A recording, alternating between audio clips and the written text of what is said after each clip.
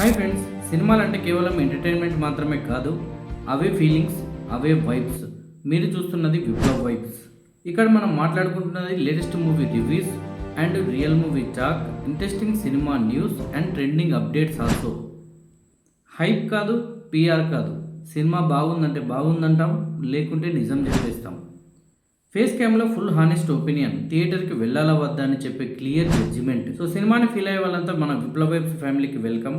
And first time మన channel చూస్తున్న వాళ్ళంటే దయచేసి లైక్ చేయండి, మన ఛానల్ సబ్స్క్రైబ్ చేసుకోండి. సో మెయిన్గా మనం వీడియోలోకి వచ్చిన టాపిక్ ఏంటంటే ఛాంపియన్ మూవీ గురించి మాట్లాడుకోవడానికి వచ్చినాం. దానికంటే ముందు మనం సినిమా గురించి మాట్లాడుకోవాలి.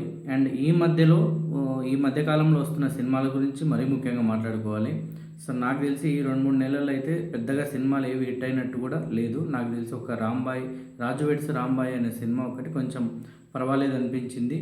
అండ్ ఆ తర్వాత అంతకంటే ముందు కూడా గొప్ప సినిమాలు అయితే ఏవి అంతగా ఆకట్టుకోలేదని చెప్పాలి.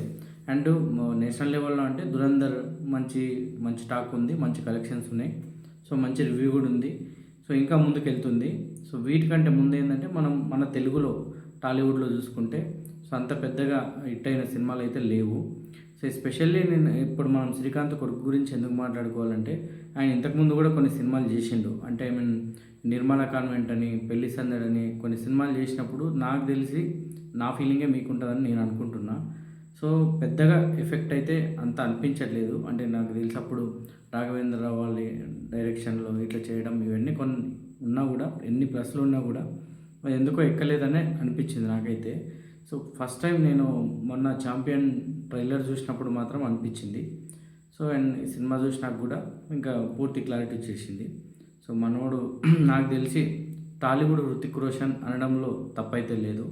సో ఆ బాడీ లాంగ్వేజ్ కానీ, ఆయన స్వాగ్ కానీ, దాదాపు శ్రీకాంత్ ఎంత కాముకుడో మనోడు అంతకంటే వైల్డ్ క్యారెక్టర్ అని చెప్పాలి, చూపించిండు. యాక్టింగ్లో అయితే చూపించిండు.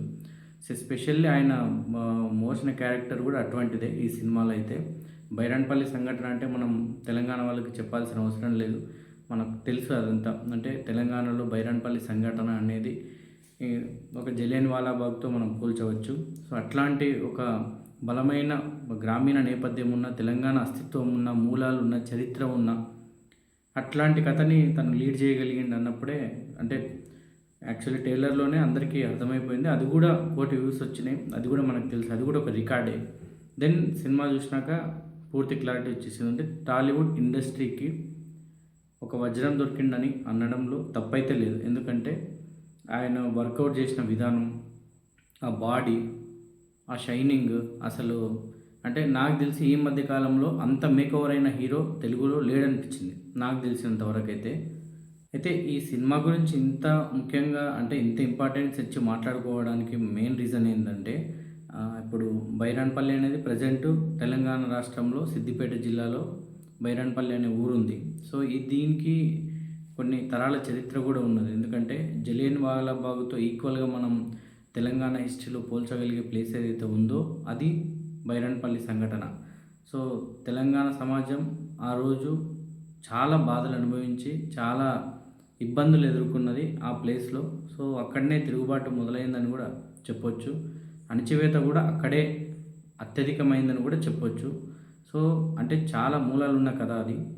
మనం మాట్లాడుకోవడానికి రీజన్ ఏంటంటే ఇప్పుడు చాలామంది యంగ్స్టర్స్ అంటే ఇప్పుడు ప్రజెంట్ ఉన్న హీరోస్ ఎట్లాంటి కథలు ఎంచుకుంటున్నారు, ఎట్లాంటి అంటే ఫెయిల్యూర్స్ చూస్తున్నారు, ఎంత నష్టాలు చేస్తున్నారో మనం చూస్తున్నాం. సో నాకు తెలిసి రోషన్ చాలా మెచ్యూర్డ్గా ఆలోచించి ఈ కథని ఓకే చేసింది అనిపించింది నాకు ఈ సినిమా చూసిన తర్వాత. ఎందుకంటే అంత ఈజీగా ఈ సినిమాను ఒప్పుకోరు, అంటే బ్యాలెన్స్ చేయలేరు. అది నేను అనేది. అంటే చాలామంది హీరోలకు ఈ మధ్యకాలంలో చాలా తెలంగాణ అస్తిత్వాలు ఉన్న కథలు కూడా వచ్చింటాయి, వినింటారు. అయినా కూడా కొంతమంది యాక్సెప్ట్ చేసి ఉంటారు, చేసి లేకుంటారు, అది మనకు తెలియదు. బట్ నేను ఎస్పెషల్లీ ఈ మధ్యలో ఇప్పుడు రాజు వెడ్స్ రాంబాయ్ అనేది కూడా అదే. అంటే ఒక మంచి స్టోరీ, అంటే తెలంగాణ భావాలు ఉన్నాయి. నేను ఒక తెలంగాణనే పోర్ట్రేట్ చేయడం ఇక్కడ నా ఉద్దేశం కాదు. బట్ మనం చూసినాం, అంటే బలగం లాంటి ఇప్పుడు ఎందుకో ట్రెండ్ అవుతున్నాయి కాబట్టి ఆ లైన్ పట్టుకుంటే సక్సెస్ దొరుకుతుందని అనుకున్నాడో ఏమో మనకు తెలియదు. సో ఎస్పెషల్లీ తను అనుకున్న లైన్ అయితే కరెక్టే అనిపించింది నాకు. మెయిన్గా ఏంటంటే ఇంతకుముందు వచ్చినవి కూడా ఏదో కల్చర్ని జస్ట్ అట్లా అంటే లీక్ చేసి వెళ్ళిపోయిన సినిమాలే ఉన్నాయి తప్ప పక్కా కల్చర్ అంటే తెలంగాణ మూలాల మీదనే వస్తున్నదనే సినిమాని, అది కూడా ఒక కొత్త జోనర్ని, స్పోర్ట్ జోనర్ని దానికి ఇంప్లిమెంట్ చేసి చేయడం అనేది అంత ఈజీ కాదు. సో డైరెక్టర్ కూడా ఇక్కడ చాలా కష్టపడిందనే చెప్పాలి. దీనికి సపోర్ట్ చేసిన అంటే ప్రొడక్షన్ టీం కూడా చాలా సపోర్ట్ చేసిందనే చెప్పాలి. నాకు తెలిసి చాలా వాల్యూస్ ఉన్నాయి ఈ సినిమాలో, దాన్ని అయితే బలంగా చెప్పగలుగుతున్నాను నేను.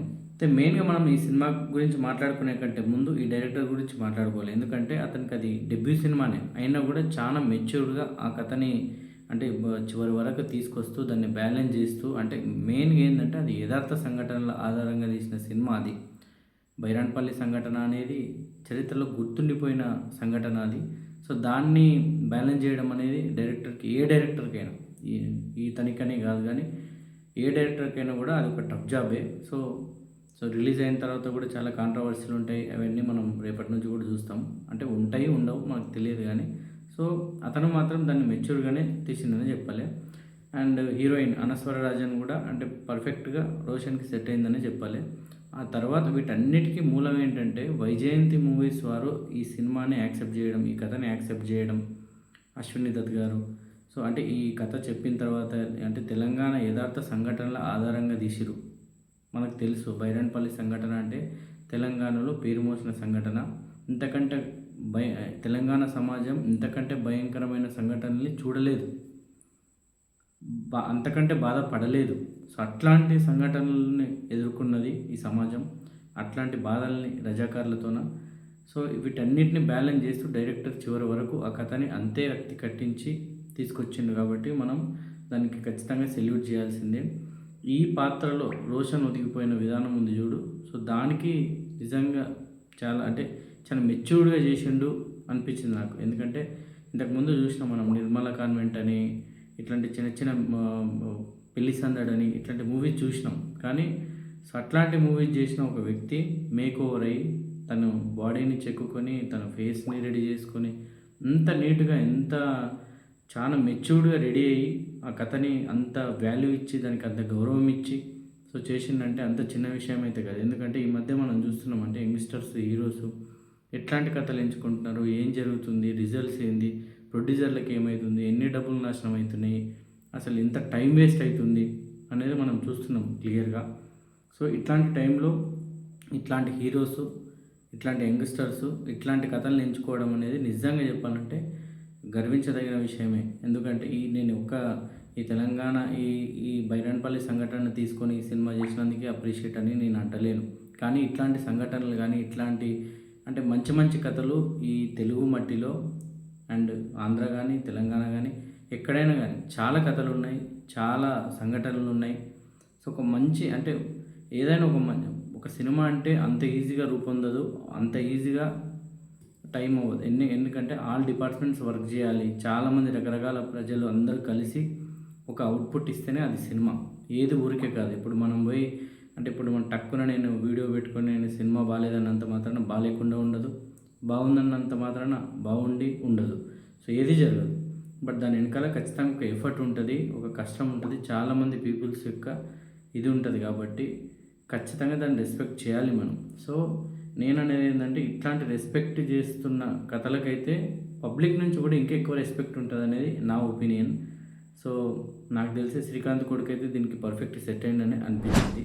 ఓవరాల్గా ఛాంపియన్ మూవీ గురించి నేను చెప్పేది ఏంటంటే చాలా రోజుల తర్వాత మనం ఒక పర్ఫెక్ట్ మూవీని చూస్తున్నామని నాకైతే అనిపించింది. అండ్ రేపు అంటే ప్రతి ఒక్కరూ మీరు కూడా థియేటర్కి వెళ్ళండి, చూడండి, ఎక్స్పీరియన్స్ చేయండి. ఎందుకంటే మళ్ళీ కొన్ని మంచి రోజులు వచ్చినాయి. లైక్ అందరికీ తెలుసు ఐబొమ్మ అలాంటి వెబ్సైట్స్ క్లోజ్ అయిన తర్వాత సో అంటే మనం కూడా సినిమాని ఎంకరేజ్ చేయాలి. కాబట్టి ఖచ్చితంగా నేనైతే థియేటర్కి వెళ్ళాలి. మళ్ళీ మనం అక్కడ ఒక మంచి హ్యాపీ మూమెంట్లోనే ఏ సినిమానైనా ఇదనే కాదు చూడాలని చెప్తాను నేనైతే. సో దాన్ని ఎంకరేజ్ చేద్దాం. సో చూద్దాం, ఖాళీ టైంలో వేరే చూద్దాం. బట్ ఏదైనా నాకు తెలిసి సినిమా వరకు వస్తే మాత్రం, ఎందుకంటే దాని వెనకాల ఒక సినిమా ఆర్టిస్ట్గా చాలా కష్టం ఉంటుంది. సో దాన్ని మనం నెగ్లిజెన్స్ చేయొద్దు. ఎందుకంటే పెద్ద మిస్టేక్ జరిగేది కూడా అందుకే. సో ఏది నెగ్లిజెన్స్ చేయకుండా దేనికి రెస్పెక్ట్ ఇస్తామో అదే రిజల్ట్ ఉంటుంది. కాబట్టి సో ఖచ్చితంగా ప్రతి ఒక్కరూ రెస్పెక్ట్ చేయండి.